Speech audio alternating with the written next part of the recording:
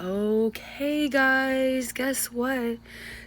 Every night is like a battlefield, okay? It has to stop, okay? I'm totally sane as much as I can be. And there is like, I was lying on my bed on the phone and I hear this growl. So I get up and look for my cats. There's my little kitty. He's inside. And the female cat is outside. And then I go outside and there's two little raccoons running.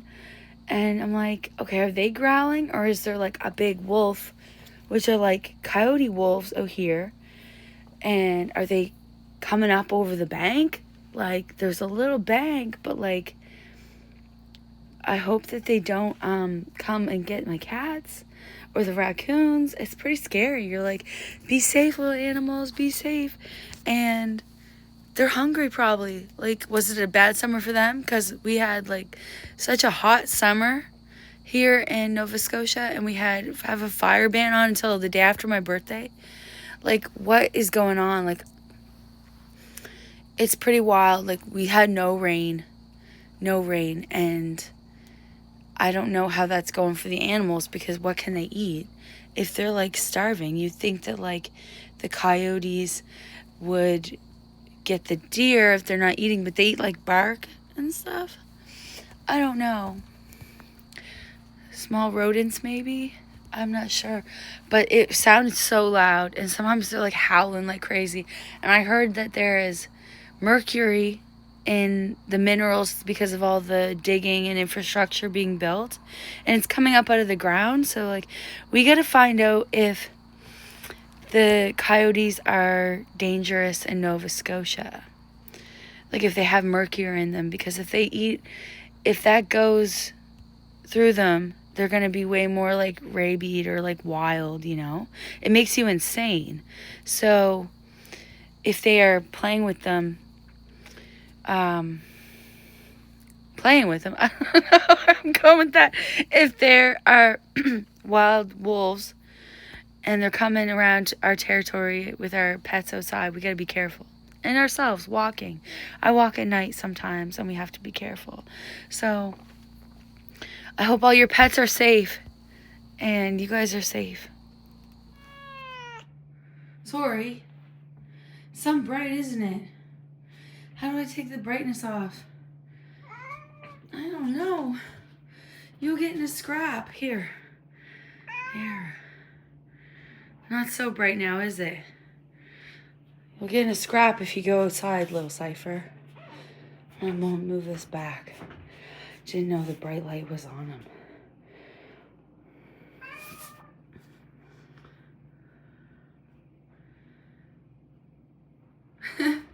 It was probably a raccoon, but I don't know. She doesn't like her bed. She wants to play guitar instead and listen to music. She's like, I want that bed. My haphazard bed in here, man. It's great. It's really the lap of luxury. What?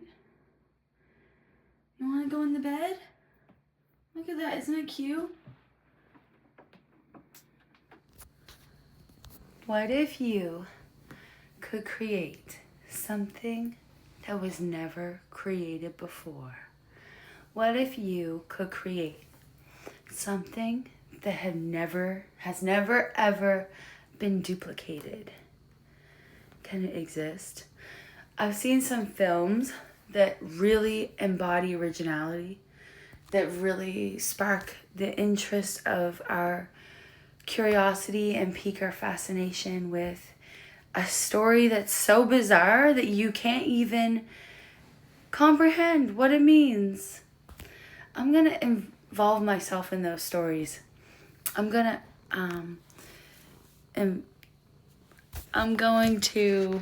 say hi, Gemma. I'm going to take a little trip down memory lane of the films that I used to love and watch some new stuff. I'm just like, the famous writer Stephen King always said,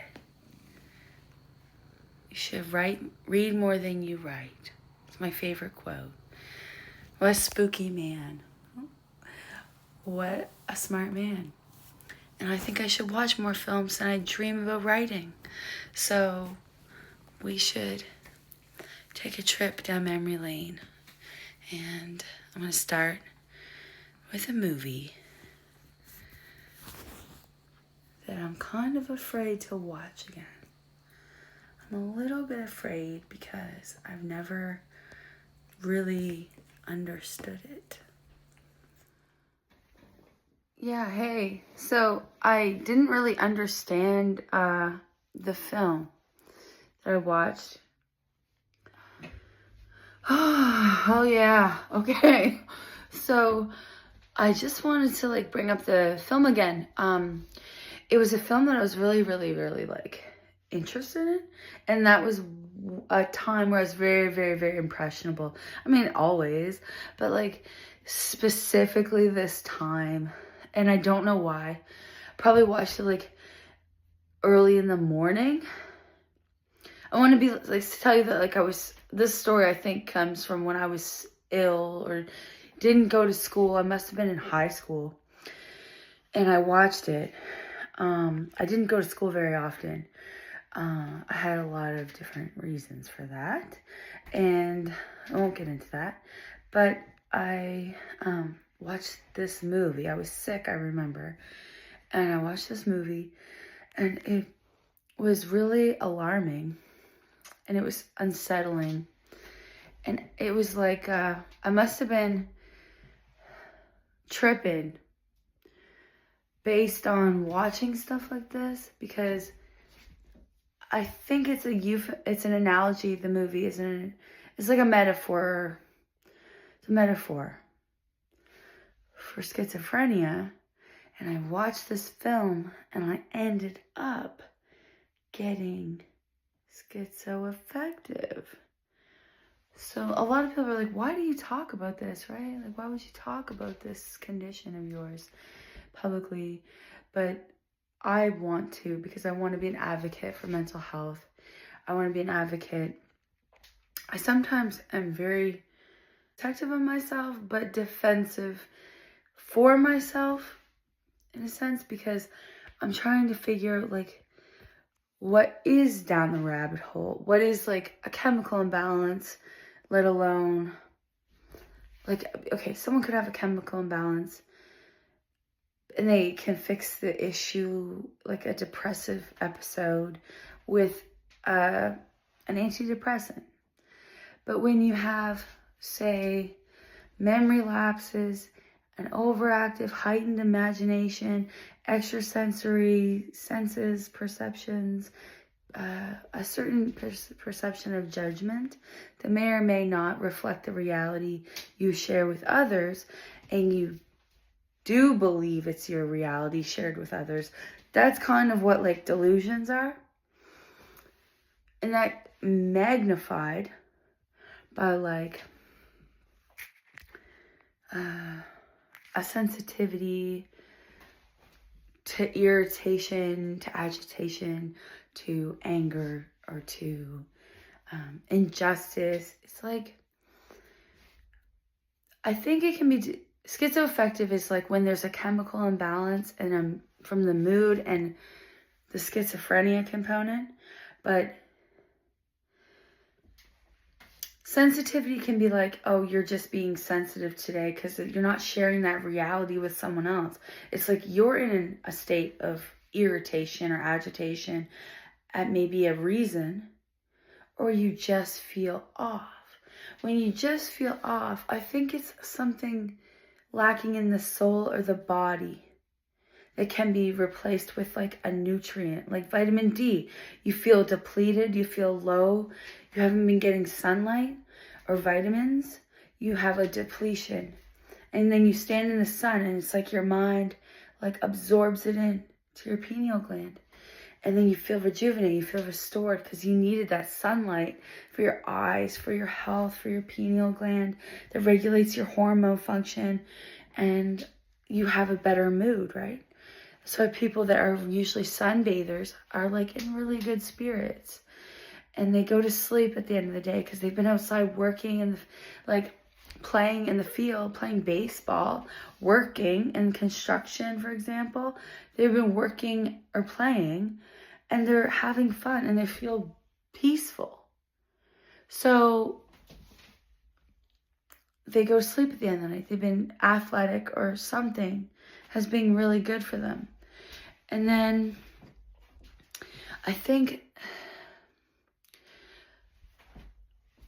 I'm getting a grasp on it, slowly but surely. I'm not going to keep going on this tangent of psychology. A lot of you may be neuroscientists or psychologists, and you're like, I know exactly why this is happening, and she doesn't know. But that's okay. I'm just expressing my experience. So this film, it came to me at a time I was very impressionable and ill myself. So it could have, I almost wanted to say, brainwash me into believing I was sick, or I got sick from watching this film, but I know I didn't.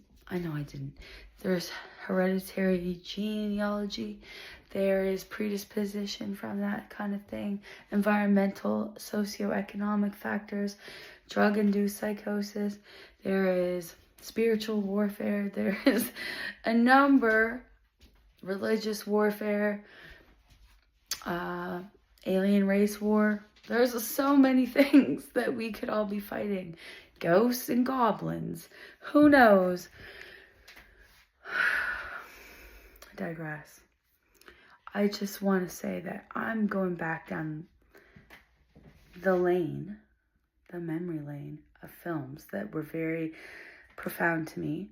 And I want to reanalyze them, like see what my mind thinks of this now. And I used to love making lists, like endless lists of music and films. And I'd have like a list of 100 films I liked. And I'd be like, cool, like I want to keep these and put them in my collection. But I never really got to do that yet. So I'm going to just revisit, and it should be fun. Another thing I just want to say is that I am working on some of my own work, and I'm going to finish that up hopefully this year. Finish what I can finish this year and go into the next phase of the production. I want to give it, not pedestal it anymore than I have, because that I find you tend to not elaborate on it anymore. You just, it's there. You can't give it the full, if you're in a low income bracket or your budget is tight, you are not able to execute it to the full potential. It just sits there. So something's better than nothing. So I'm just going to get into the next phase of what I want to do with it, and move forward and create what I can. But tonight was scary. It was me lying on the bed on the phone, and then I hear this growl, and I go look, and then there's like a kitty inside, thank God.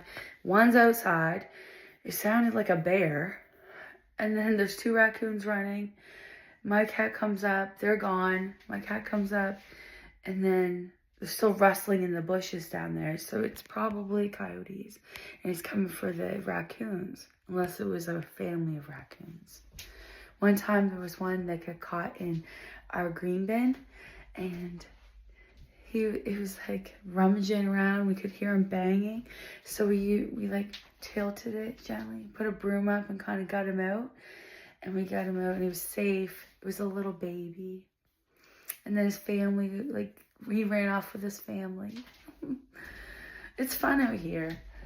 I miss the city every day, but it's fun too. There's a lot of little like hijinks, animal hijinks out here. And sometimes you see old friends, and that's really nice. There's also like a lot of cool things in Windsor. So it's just a matter of like me getting out to do them, and that helps. It's like if you get your walks in, you get your sleep, eat relatively healthy, get out in the town, see people, like activities, events. Our exhibition just left. It was really fun. Got to see a magic show, the tug of war pull. Falmouth won. Congratulations, 2025. And I get to go on the zipper. Yeah, it was like the year has been so far like a horrible ride because my hair was getting caught. I was like worried about it.